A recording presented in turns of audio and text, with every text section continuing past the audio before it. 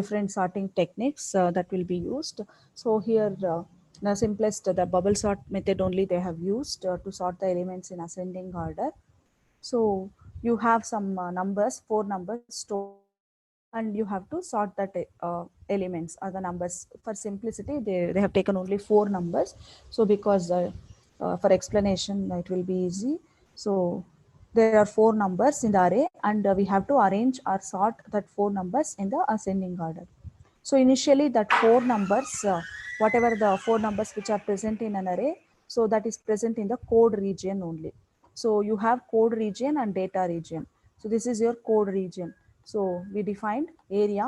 This is the name of the program, ascending, and then code. This is the region which indicates you're writing the code here, and it is read only.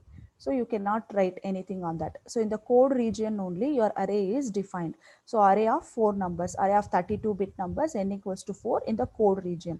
So each number is of 32-bit length, and there are 4 numbers. So name of the array is C value.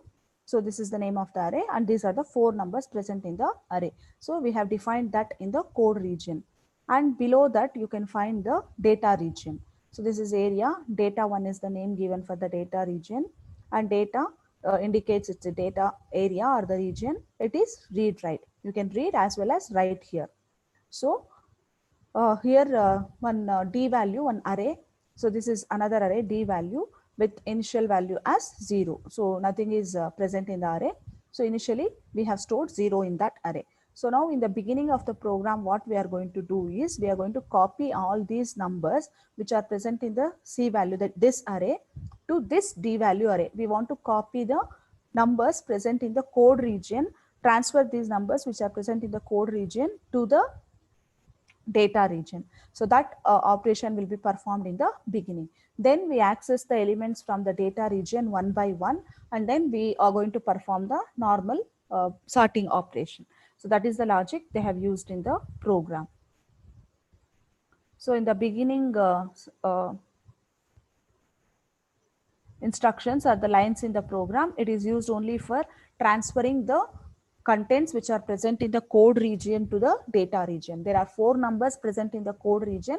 I want to move that 4 numbers from the code region to the data region. So for that, the code or instructions are written in the beginning. So this is the entry point. This is the label. Start is the label. Beginning of your program. Then here move R8 comma #4. So you are initializing a counter n. So n is equal to 4. There are 4 numbers. We are using the register R8 to store the number of elements in the array, that is 4, in the register R8. So you can make a note of that. R8 is a n is equal to 4. That is the counter. And we are using 2 registers R2 and R3 to hold the starting address of the arrays. So one array is C value, second array is D value. So C value is in code region, D value is in data region. So C value starting address is transferred to R2. So now R2 holds the starting address or address of the code region. So that is the array which you have defined, C value, where all your 4 numbers are present. Then LDR, load register R3 equals to D value. So D value is the array which is present in the data region. That address, starting address, is loaded into register R3. So now R2 and R3 holds the address of array C value and D value respectively. Then next instruction. So now what you are going to do is you are going to access the first element which is present in the code value, C value, in the code region, and that value should be stored into the data region. So LDR, load register R1 comma a square bracket R2 means R2 has some address. In that address some number is there. So that number should be copied to register R1. So what is the first number present in the array means it is of the first number present in the array means 44444444. So that is the first number present in the array. That number you are loading it into register R1. So first number which is present in the C value array pointed to by this address R2 is copied to register R1. Then the address is incremented by 4. Since it is a 32-bit value, you have to increment the address by 4. Once that value comes to register R1, in the next instruction, STR, you are performing STR. So store. So whatever the content present in R1, that is 4444, you need to move to the address location which is present in the R3. Now R3 is the data region. So R3 holds the starting address of the data region. To that starting address of the data region, data array, content of R1 is copied. And then that address is also incremented by 4. So now it points to the second location. So R2 also points to the second location. R3 also points to the second location. It is just the transfer. So one array to other array. C value is the array present in code region. D value is the array present in data region. I am just moving the numbers which are present in the C value array to the D value array. So first I will load the number which is present in the C value to register R1. Now from R1 to D value array, I am just transferring that content or copying that content to array D value. So both the times you need to increment the address values by 4. Then subtract R8. So R8 is 4 now. First element is copied. When you subtract that, R8 value becomes 3. Then compare R8 with 0. It is not yet reached 0. That is branch are not equal to loop 0. It will come back. Then R1 accesses the second number in the array. Then the array address will be incremented by 4. Same way, second number will be stored to the data value array, and that also will be incremented by 4. So this will be repeated for 4 times. When the value of the R8 becomes 0, this loop will break. So once the loop breaks, now the data array is available in the data region. So all the elements, all these 4 elements, 4, 1, 3, 2, whatever the elements you have in this array, C value one by one will be copied to the array D value. Instead of 0, 0, 0, here the 4 numbers will come and it will be stored in this array.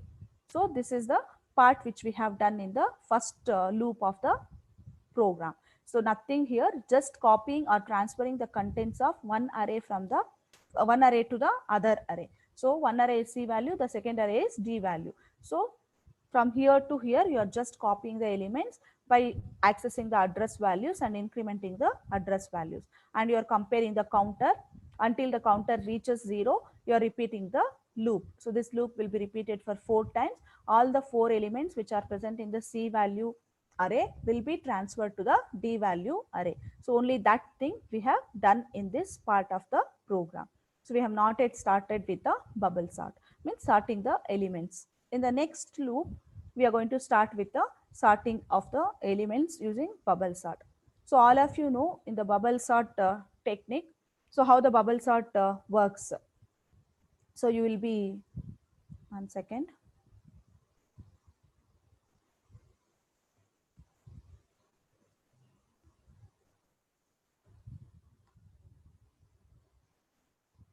So before going to the actual program, so first we will see how the bubble sort works.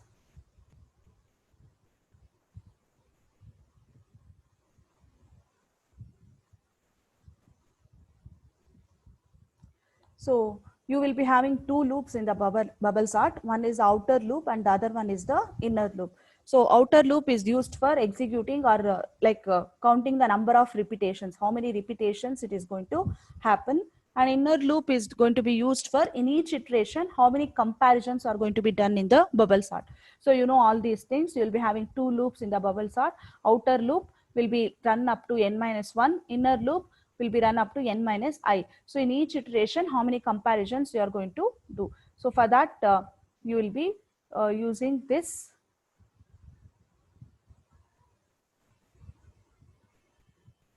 particular bubble sort algorithm. So in the logic, what you are going to do is first number will be compared with the second number. So if it is the ascending order, always your first number should be the smallest one and the second number should be the largest one. So if the first, you are comparing the first number with the second number, and if the first number is less than the second number, or suppose if the first number is greater than the second number. So this is the C logic I have written this side.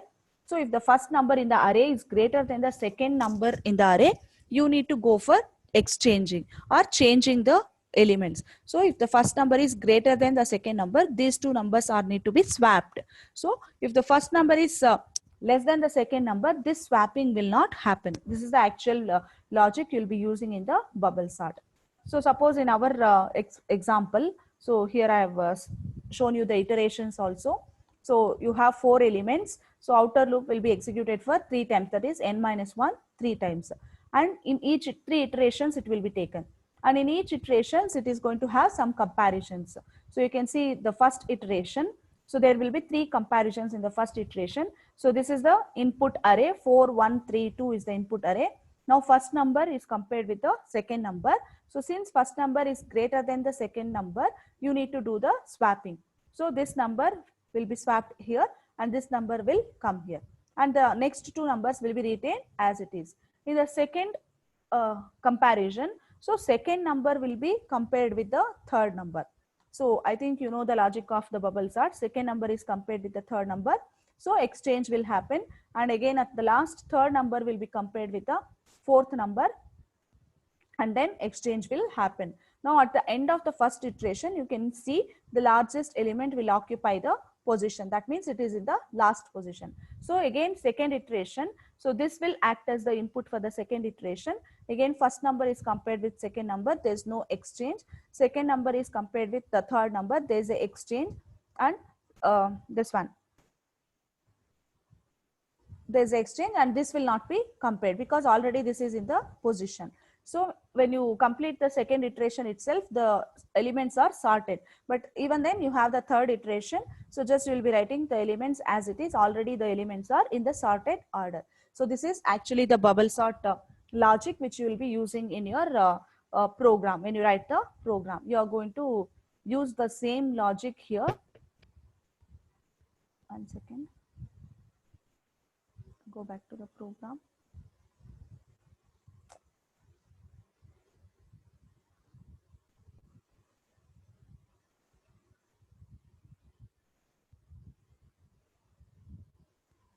Okay, so here the logic actually begins. So here this is the first instruction, move R5 comma #3. So now this is again the counter. R5 will be used as the outer loop counter, that is 3, n minus 1. So we have taken n minus 1 now. So 4 minus 1 is 3. Now that 3 is stored in register R5. So 3 is stored in register R5, and then we are using one more variable here, R7 register. In that 0 is stored. So why we are using this means we are using this as a flag bit to denote the exchange has occurred or not. Initially R7 is 0. So in the beginning R7 is loaded with 0, which will be used for indicating whether exchange has occurred or not. So if you do that swapping based on the condition checking, so that time this R7 value you need to change it to true. Now it is false.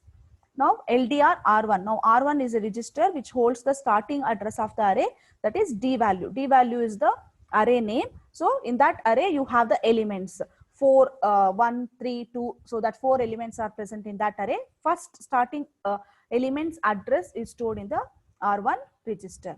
So now LDR R2. R2 register will hold the first number in the array, that is 4. 4 followed by 7 fours, that is 8 fours. So that value will be stored in the register R2, and then increment the address of that particular array. That means now it is pointing to the second element in the array. Now R3, LDR R3 comma content of R1. So now the second element is loaded into R3 because we need to compare the first element and the second element. So in R2, first element is available. In R3, second element is available. That is the meaning of these two instructions. So R2 holds the first number in the array, that is copied to R2, and then increment the address. So it points to the second element in the array. Then in R3, load that second number. So once you load R2 and R3 with the first and second number, you are comparing those two. R2 is compared with R3. So compare the numbers R2 and R3. So in R2 you have 4 and in R3 you have 1. Here they have used branch less than. So branch less than means if R2 value is less than R3 value, so this branch instruction will work. So R2 contains 4 and R3 contains 1. So if R2 content is less than R3 content, so there is no need of exchange. That means it is already the least number is in the position. So R2 value, if it is less than R3 value, so there is no exchange required. Otherwise, exchange is required. So now in this condition, R2 has 4 and R3 has 1. So 4 less than 1 is not true. It is false. Then branch on less than will not work. This instruction will not work. Then it comes to the next instruction. So that means what is required? Exchange is required. So you have to exchange the content of first position to the second position and second position to the first position.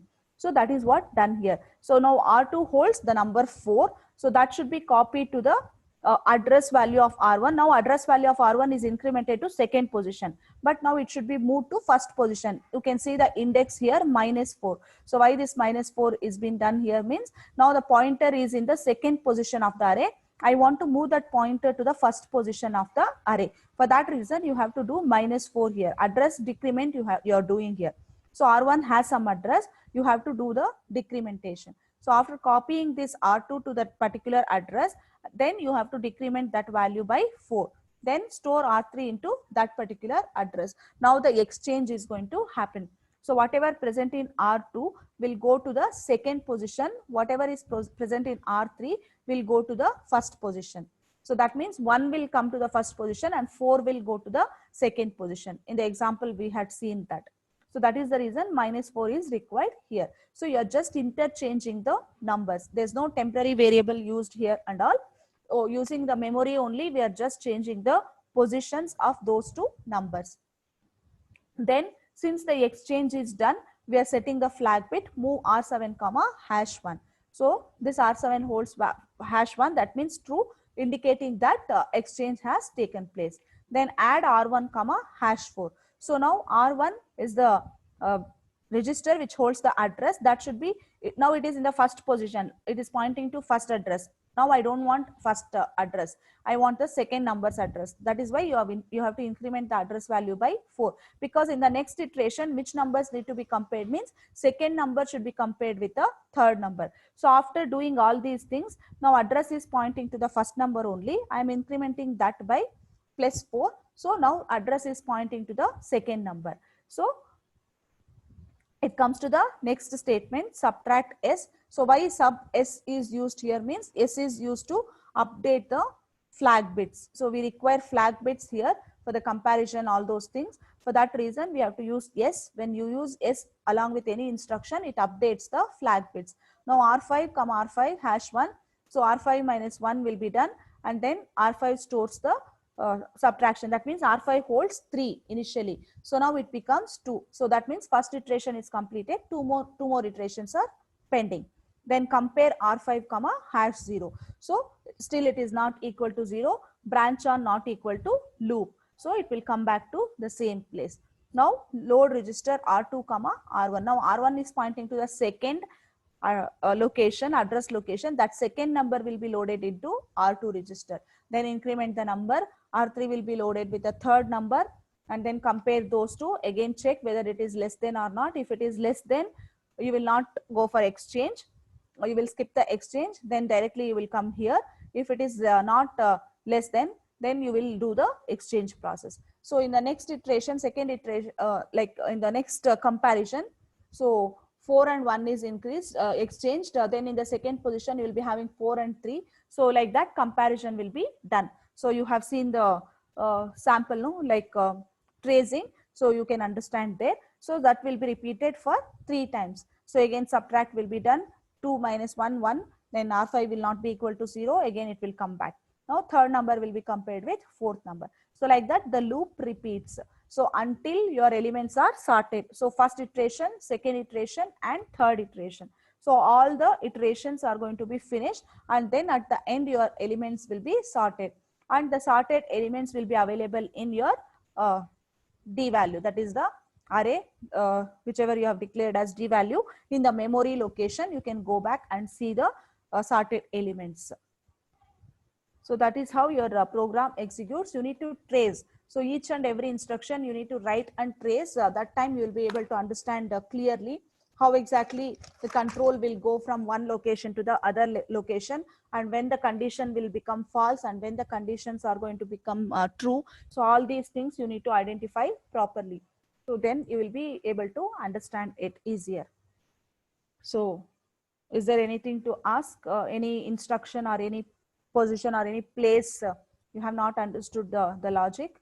So you need to understand first the bubble sort logic. You need to trace, take all those 4 elements and swap that and comparing the conditions. You need to swap all those elements. That time it will become easy. Still, if you have any doubts, just you can ask me.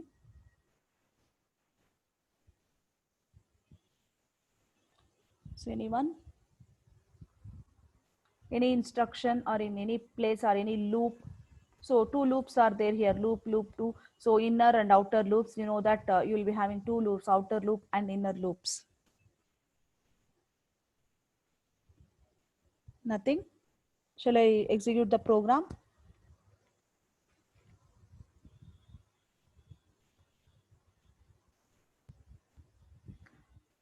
Loop part again.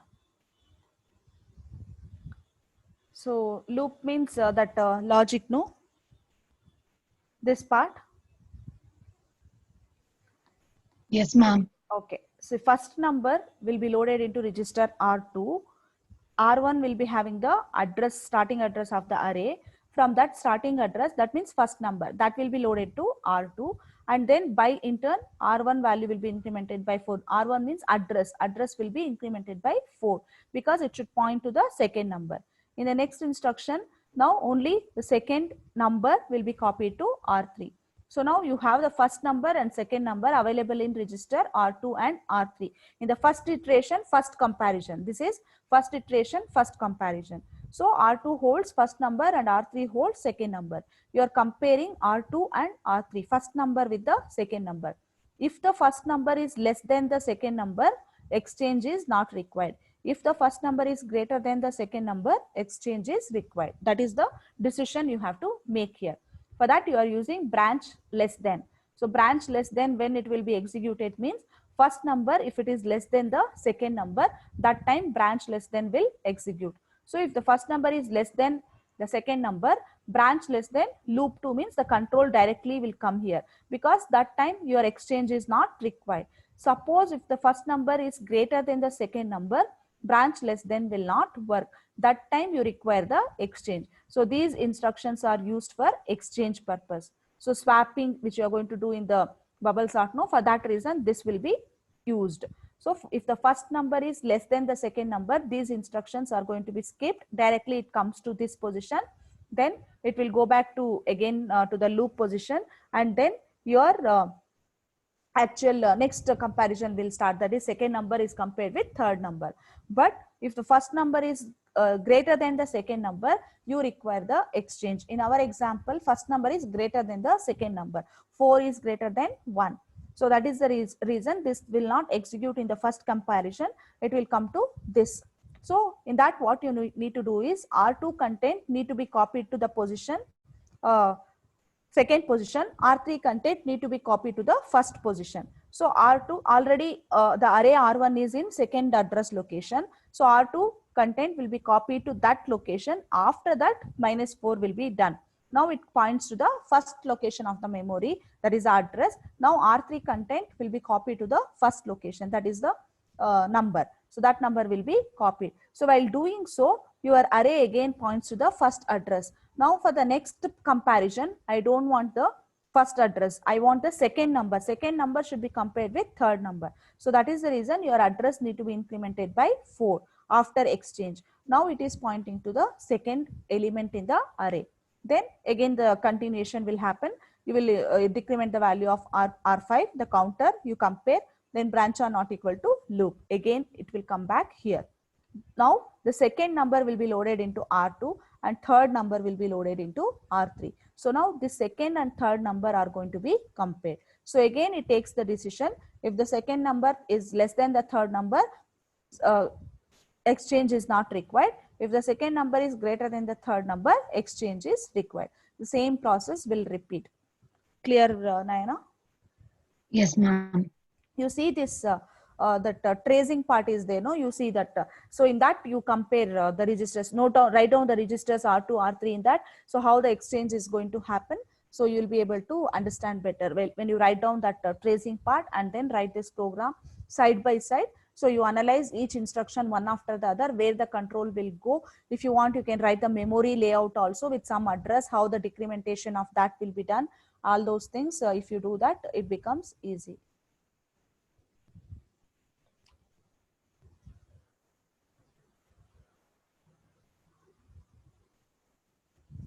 is then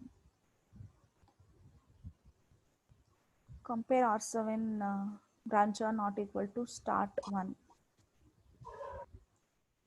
If flag is not 0, then go to start 1 loop. That is to start the second iteration and third iteration. So R7 holds the value, no? Where is it? R7 holds the flag value, correct?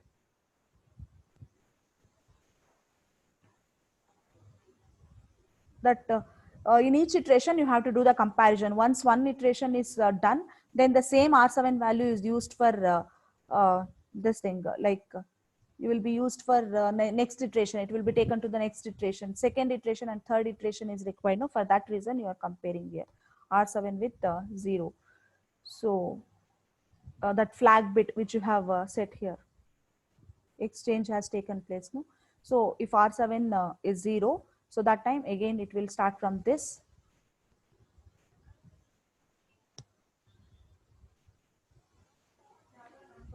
Shall I execute the program now? So save it.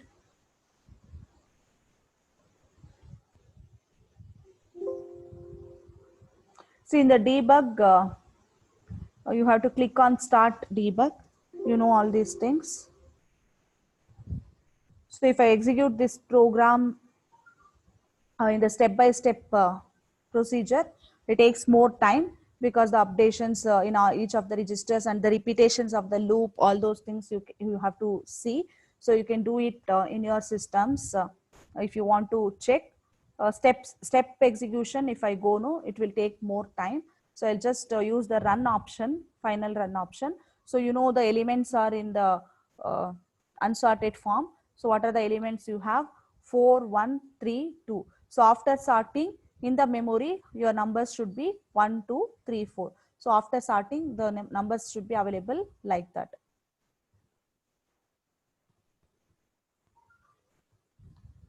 Or you want me to execute step by step? It takes time. So I'll just click run. So if you use this run option, once for all the instructions will get executed. And then let me execute run first. Afterwards, if you want, I'll explain step by step. So I have just clicked on the run. So the program has got executed. Everything is done. So your final result will be available in memory. So for that, you have to go to view, memory window. So now you can check your memory window. So already your elements are sorted 1, 1, 1, 1, 2, 2, 2, 2, 3, 3, 3, 3, 4, 4, 4, 4. So this is in the sorted order. Already it is in the sorted order. So this is the output of the ascending order. You are executed the sorting program. This is the output you can see. So still, if you want to execute step by step, means and at least some steps I will just show you. The address, all those things will be loaded till that part. So once again, I have to start.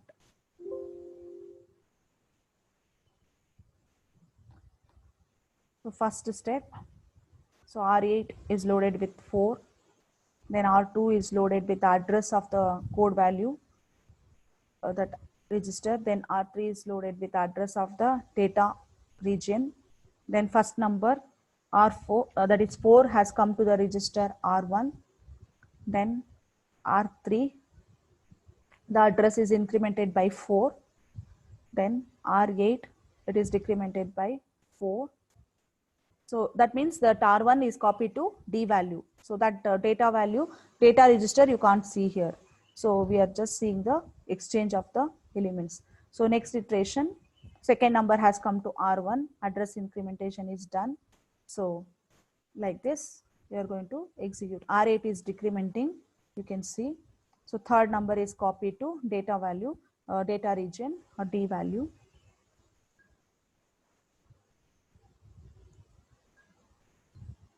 So now R8 has become 0. All the elements are copied to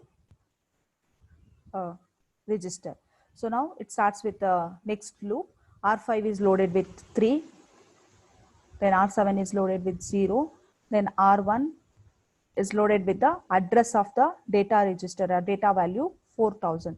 So now you see D value, that is the data value is the array. Starting address of that array is 40000. That is loaded in R1. This instruction LDR R1 equals to D value. So 4000. Now the starting address of the array is loaded in this. So let me check in the memory if it is in the sorted or unsorted element in the 4000. See, now you can see. So at address 4000, this is your actual array. So 4444 is the first number, 1111 is the second number, 3333 is the third number, 2222 is the fourth number. This is before the sorting occurs. So starting address of the array is 4 followed by 00. In that address location, if I see, so this is the unsorted element present in the array. So now we have not yet started the sorting actually. So before starting, if you want to verify whether the elements are in the unsorted form, yes, it is in the unsorted form in the memory. You can see that. So if you press again next, now your sorting begins. So R2 is loaded with the first number, R3 is loaded with the second number. So first number is compared with the second number. You can see the flag bit exchanges, flag bit setting and all will be done in the CPSR register. And then first number and second number compared. If first number is greater than, since the first number is greater than the second number, exchange should happen. So the address adjustment is done and you're going for the exchange.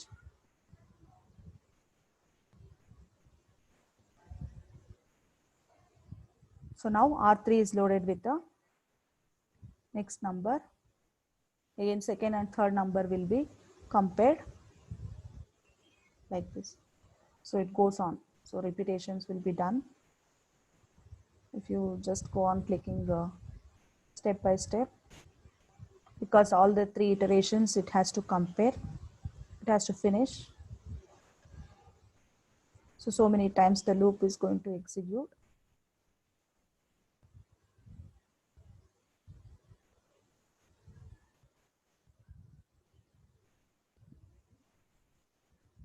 So I think it's completed.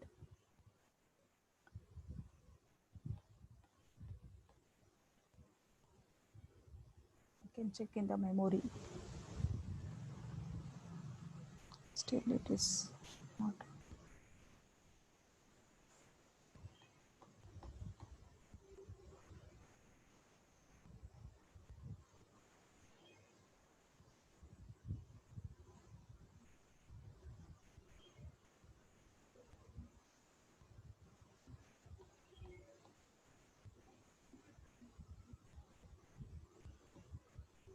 Like it is going.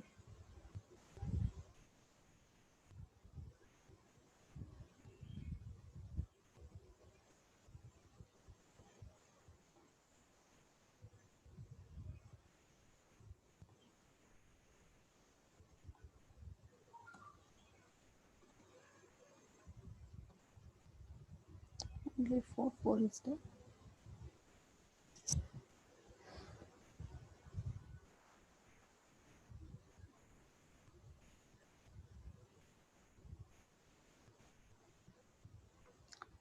Okay, you have already seen in the run option, the output, finally it will be exchange. I'll check this and tell what is happening in the step-by-step execution. So clear with that, shall I go for the next program? There's one more program to be executed.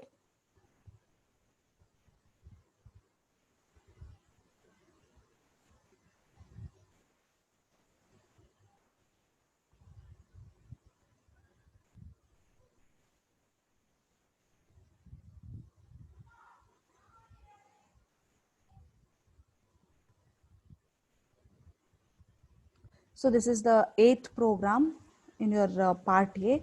So this program is a simple one again. So just used for counting the number of ones and zeros present in the number. Some input you are going to take. So in that number, how many ones and how many zeros are there? So you're going to take some number, write it in binary. So just you need to count how many ones are present in that and how many zeros are present in that 32-bit number. So that is the program. So program number 8.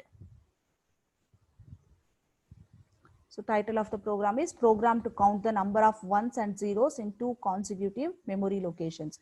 You need to take two numbers present in two memory locations, and in that numbers, how many ones are there and how many zeros are there. So that you have to count. So that is the program here. So move R2 comma 0. This is a counter which is used for holding the number of ones, and R3 is equal to 0. Again, this is a counter which holds the count of zeros.